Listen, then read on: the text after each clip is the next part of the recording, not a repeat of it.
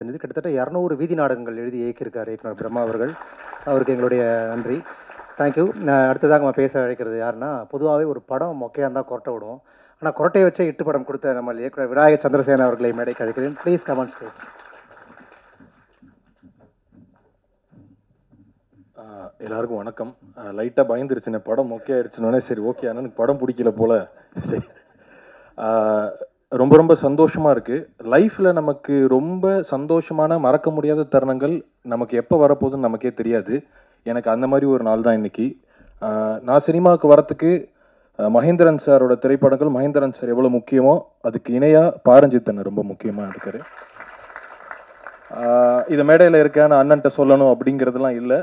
மணிகண்டனுக்கு தெரியும், மணியண்ணனுக்கு ரொம்ப தெரியும், நான் அவங்களோட எவ்வளோ பெரிய ஃபேன்னு. டெய்லி ஏதாவது ஒரு விதத்துலையாவது காலால் அண்ணன் எப்படி என்ன பண்ணுச்சு, அண்ணன் இந்த சீன் எப்படி ஹேண்டில் பண்ணுச்சுன்னு தான் கேட்டுக்கிட்டே இருப்பேன். ஸோ அப்படி அதே இடத்துல இந்த அண்ணன் இருக்கிற மேடையில் நான் பகிர்ந்துக்கிறதுங்கிறது இதை விட சந்தோஷமான நாள் என் வாழ்க்கையில் திரும்ப கிடைக்குமான்னு எனக்கு தெரியல. நான் திரைப்படம் உதவி இயக்குனராக ஆகிற டைமில் எனக்கு இவ்வளோ பெரிய அவேர்னஸ் அபவுட் ஃபிலிம் ஃபெஸ்டிவல், உலக சினிமாக்கள் தெரியாது. நான் பார்த்து பயங்கரமாக வியந்த நம்ம சினிமா அட்டகத்தி தான் குட் நைட்டுக்கான மிக பேசிக் அடிப்படையான விஷயம். ஏன்னா நம்ம திரைப்படங்கள் பார்த்துக்கிட்டு இருக்கோம், லார்ஜர் தன் லைஃப் ஃபிக்ஷனல் சினிமாக்கள் பார்த்துக்கிட்டு இருக்கோம். மொதல் டைம் நான் படம் பார்க்குறேன், நம்ம குடும்பத்தை என் அப்பா என் அண்ணனை பார்க்குற மாதிரியான ஒரு படம். அதில் பேசின அரசியல், அதாவது எனக்கு ஒரு மிக முக்கியமான ஒரு வரி அடிக்கடி அது மனசில் ஓடிக்கிட்டே இருக்கும். மெட்ராஸ் திரைப்படத்தில் வர வரி தான், உழைக்கும் இனமே உலக ஜெயித்திரும் ஒரு நாள், விழித்து இருந்தால் விரைவில் வந்து திருநாள் அப்படிங்கிறது. அதை மெயின் ஸ்ட்ரீமால் இவ்வளோ பெரிய இதில் அந்த வரி கேட்கறதுக்கு அதுக்கு யார் காரணம்? பாரஞ்சித் அண்ணனால தான் அது முடியும். நான் பாரஞ்சித் அண்ணனை ஒரு தனி நபராக ஒரு ஒரு ஒரு ஃபிலிம் மேக்கராக மட்டும் பார்க்கல, மிகப்பெரிய ஒரு மூமெண்ட்டாக பார்க்குறேன். ஸோ எனக்கு ஆக்சுவலி என்னன்னா, எனக்கு வசந்த பாலன் சார், லெனின் பாரதி சார், பாரஞ்சித்லாம் இருக்கும்போது நான் கீழே அப்படி உட்காந்துட்டு அவங்க பேசுறது கேட்கணுன்னு தான் எனக்கு ஆசையாக இருக்குது. மேடையில் உட்காந்துருக்கும் போது எனக்கு பயம்தான் இருக்குது. ரொம்ப ரொம்ப சந்தோஷமாக இருக்குது. உங்களில் நானும் இருக்கணுன்ற ஆசையோட இங்கே கீழே தான் உட்காரன்னு ஆசைப்படுறேன். இருந்தாலும் மேடை நாகரிகமாக இங்கே மேலே உட்கார்றேன். ரொம்ப ரொம்ப நன்றி. தேங்க்யூ. ஒரு ஆர்ட் படம் எடுத்து பயங்கர தமிழ் சினிமாவில் தமிழ் மக்களில் வைரலான ஒரு இயக்குனர் தான் அவர். தமிழ் சினிமா ரசனையின் மீது கூழாங்கல்லை பாறாங்கலை தூக்கி விசிறிய எங்கள் PS வினோத்ராஜ் அவர்களை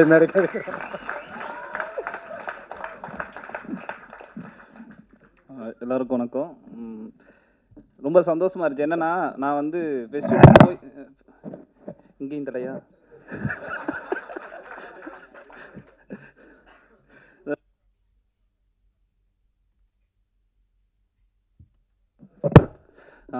ஃபெஸ்டிவல்ஸ் போயிட்டு அங்கே ஒரிஜினல் வெர்ஷன் காட்டும்போது சரி நம்ம ஆளுகளுக்கு எப்போ காட்டலாம்னு நினச்சிட்டு இருந்தோம். அதுக்கான பாசிபிலிட்டியே இல்லை.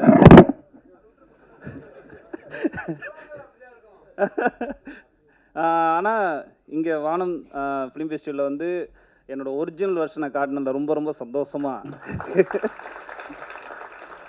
அது இன்றைக்கி தான் அது எனக்கு ரொம்ப பாசிபிலிட்டி ஆச்சுன்னா, ஒரு பெரிய ஏக்கம் இருக்கும் இல்லையா, அது ஏதோ ஒரு மியூட் வார்த்தையாக இருந்தாலும் எதுவாக இருந்தாலும் ஒரு வச்சா நம்ம அப்படியே முழுசாக காட்டணும், அவன் நம்ம படத்தை எல்லாருக்கும் அதை எப்படி இது பண்ணிக்கிறாங்கன்னு பார்க்கணுன்னு ரொம்ப ஆசையாக இருக்கும் இல்லையா, அது இன்றைக்கி நிறைவேறினது ரொம்ப சந்தோஷமாக இருந்துச்சு.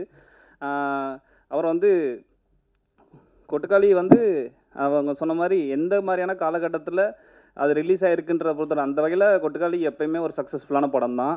ஸோ நான் அதுக்கு என்ன சொல்கிறது, அது ரிலீஸ் டயத்தில் வந்து மிக்சடான சில விஷயங்கள் நடந்துச்சு. அது இன்றைக்கி எல்லா படத்துக்குமே நடக்குது. அது கொட்டுக்காளிக்கு மட்டும் இல்லை, எல்லா படத்துக்குமே நடக்குது. அதனால் அதையுமே நான் பெருசாக இல்லை. ஆடியன்ஸ்லேருந்து வரும்போது எனக்கு ஒரே ஒரு என்ன தான் தோணுச்சு, நான் முன்னாடியே சொன்ன மாதிரி அவங்களுக்கு ப்ராக்டிஸ் இல்லை, அதனால் அவங்களுக்குள்ள சின்ன கன்ஃபியூஷன்ஸ் வருது. எனக்கு தேட்டருக்குள்ளே நிறையா டிஸ்கஷன் வந்ததை நான் கேள்விப்பட்டேன், பார்த்தேன். அவங்களுக்குள்ளேயே சொல்யூஷன் கண்டுபிடிச்சதை பார்த்தேன். அதுக்கப்புறம் வந்து கேள்வியாக வரும்போதும் சரி ஒரு கட்டத்தில் அவங்களே வந்து யோசிக்க தானே சொன்னான் அப்படின்ட்டு போயிட்டாங்கன்றதையும் பார்த்தேன். எனக்கு இண்டஸ்ட்ரியிலேருந்து வந்த அம்பு தான் நான் இங்கிட்டிருந்து வரவே வராதுன்னு நினச்சினேன். என்ன இங்கிட்டிருந்து ஒன்று வருது சம்மந்தம் இல்லாமல் அப்படின்னுச்சு. ஏன்னா இந்த மாதிரி படம் எடுத்தால் யாரெல்லாம் சப்போர்ட் பண்ணுவாங்களோ, எந்தெந்த மாதிரி இந்த மாதிரி படங்களை வந்து எடுக்கணும்னு சொல்லி இதை ஒரு ப்ராக்டிஸாக வச்சுட்ருக்க அமைப்புகள் கூட எனக்கு அந்த இடத்துல சப்போர்ட் பண்ணல. இண்டஸ்ட்ரியிலேருந்து சில எதிர்ப்புகள் வருது. அப்போது முக்கியமான கருத்தை வைக்கப்பட்டது, இந்த மாதிரி படம் தான் தேட்டருக்கு வரணும், இந்த மாதிரி படம் தேட்டருக்கு வரக்கூடாது அப்படின்றது. நான் ரொம்ப எப்படி அதை பார்க்குறேன்னா, இந்த மாதிரி படம் தான் தேட்டருக்கு வரணும், இந்த மாதிரி படம் வரக்கூடாதுன்னு சொல்கிறது, இந்த தெருவுக்குள்ளே நீ வரக்கூடாதுன்னு சொல்கிற மனநிலைக்கு ஒப்பானது தான். ஸோ எனக்கு அது ஒரு பெரிய மனக்கோளாறு தான் நான் பார்க்குறேன். ஸோ அதனால் அதை சொல்லிக்கிறேன். எனக்கு ரொம்ப எனக்கு வந்து சினிமான்றதே ஒரு ஆடம்பரமாக பார்த்து வளர்ந்தவன் நான். அப்படிப்பட்ட ஒருத்தன் வந்து 2 படம் எடுத்துட்டேன் இல்லையா, அதுவே எனக்கு ரொம்ப சந்தோஷம் தான். ஸோ கொட்டுக்காளி வந்து அனுதாபமாக யாரும் நீங்கள் இது பண்ண வேணாம், நான் ரொம்ப சந்தோஷமாக இருக்கேன்.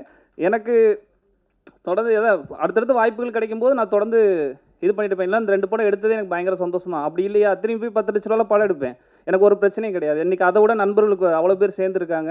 ரஞ்சித் அண்ணனே எனக்கு கொடுத்துருவாரு, ஒன்றும் பிரச்சனை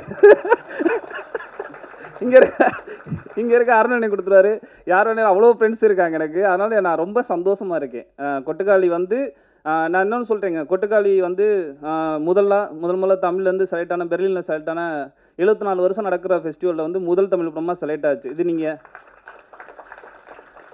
இது நீங்கள் எத்தனை கோடி கொடுத்து நீ என்னை வேல் ப்ரீமியர் பண்ணு சொன்னாலும் பண்ண மாட்டான்.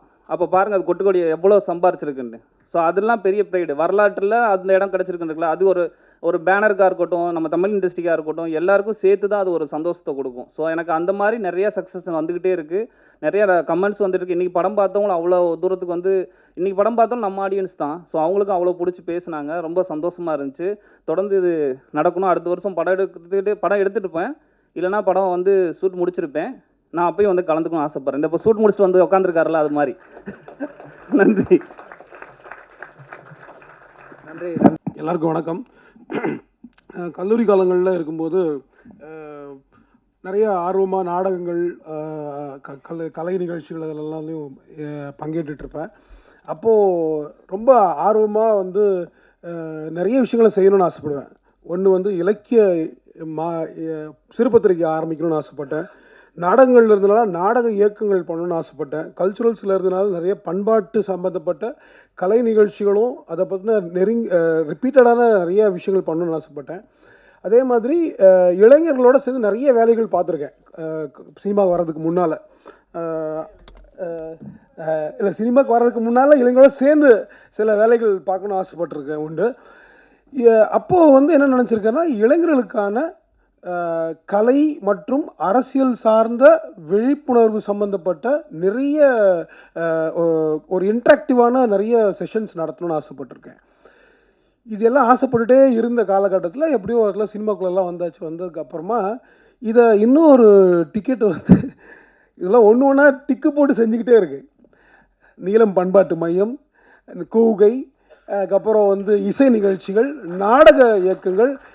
ஒரு கட்டத்தில் என்னென்னா இது நம்ம பண்ணணும்னு நினச்சதில் ஒருத்தர் பண்ணிட்டே இருக்காரு. அப்புறம் எனக்கு ரொம்ப மகிழ்ச்சி ஆயிடுச்சு. இப்போ என்ன ஆகிப்போச்சுன்னா, இது வந்து ரஞ்சித்தோடது கிடையாது, இது என்னோடதுங்கிற அந்த உரிமையோடு தான் நான் ஒவ்வொரு முறையும் இதை பயங்கரமாக ரசிச்சுட்டு இருப்பேன். இது என்னோடய நண்பர்களுக்கு எல்லாருக்குமே தெரியும். ஏன்னா இதெல்லாம் நாங்கள் ரெகுலராக பேசிகிட்டே இருந்தோம் கல்லூரி காலங்களில், அதுக்கப்புறமா வேலை பார்த்த காலங்கள்லாம்.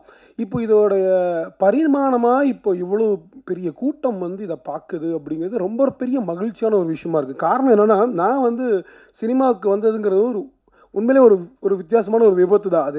அது ஒரு சூழ்நிலை காரணமாக நான் சினிமாக்குள்ளே வந்தேன். வேறு நானுடைய சோஷியல் ஒர்க்குங்கிற மாதிரியான விதங்கள்லையும் நாடகங்கள்லையும் தான் நான் வேலை பார்த்துட்டு இருந்தேன்.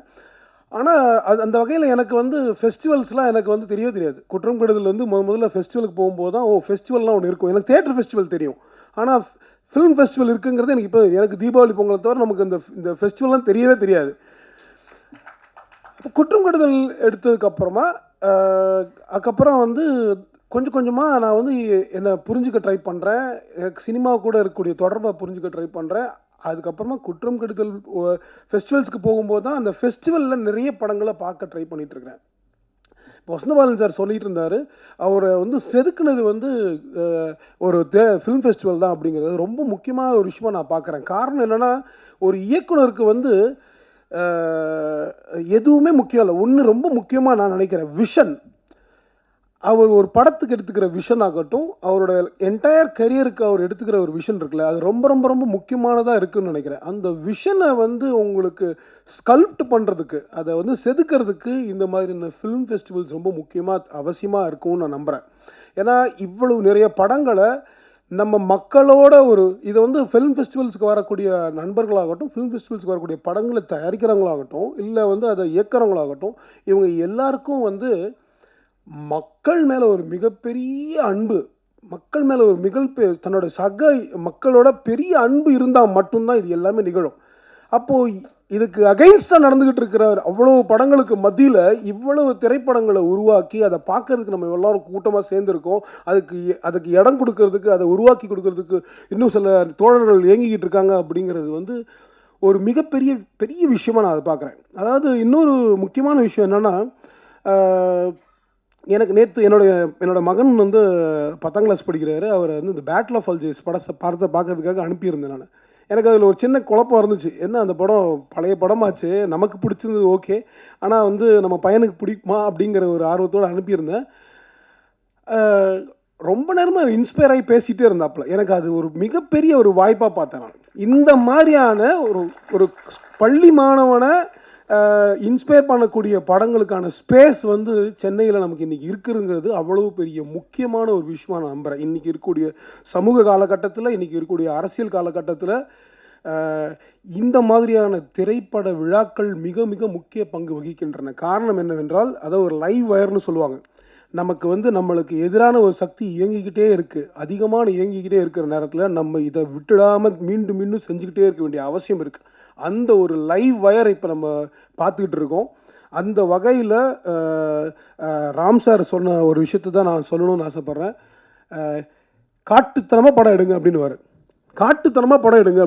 அப்படிப்பட்ட காட்டுத்தனமான படங்களை பண்ணுவதற்கு இந்த திரைப்பட விழா நிச்சயமாக ஒரு பெரிய ஒரு பங்கை ஆற்றும் என்று நம்புகிறேன். அதை உருவாக்கி கொடுத்த ரஞ்சித்துக்கும் தோழர்களுக்கும் நன்றி. நன்றி சார், தேங்க்யூ. மேற்கு தொடர்ச்சி மலை திரைப்படத்தை எடுத்த தோழர் லெனின் பாரதி அவர்களை மேடை கிடைக்கிறேன்.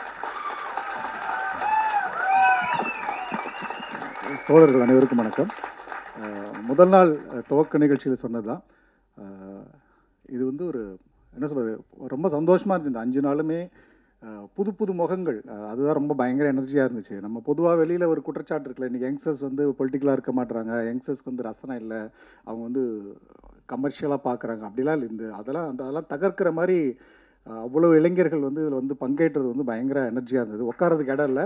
ஒவ்வொரு ஷோவிலுமே ஒரு 50-100 பேர் வெளியில் நிற்க வேண்டிய ஒரு கட்டாயம் தான் இருக்குது. ரஞ்சித் தோழர் வேலையில் இருந்த போதும் கூட இது ரொம்ப நேர்த்தியாக நடத்தப்பட்டுச்சு. அதுதான் பயங்கர சந்தோஷமாக இருந்துச்சு. இதுக்கு பின்னால் இருந்த அத்தனை தோழர்களுக்கும் ரஞ்சித் தோழருக்கும் இந்த நேரத்தில் நன்றியை தெரிவித்துக்கொண்டு ஒரு வேண்டுகோளையும் வச்சுக்கிறேன் நான். இந்த கண்டிப்பாக நம்ம இந்த 2 திரைப்படத்தையும் வேறு ஏதாவது ஒரு இடத்துல திரையிட்டு கண்டிப்பாக நீளம் அந்த PK ரோஸ் நிகழ்வை அந்த இடத்துல நிறைவு செய்யணும்னு ஆசைப்படுறேன். நன்றி.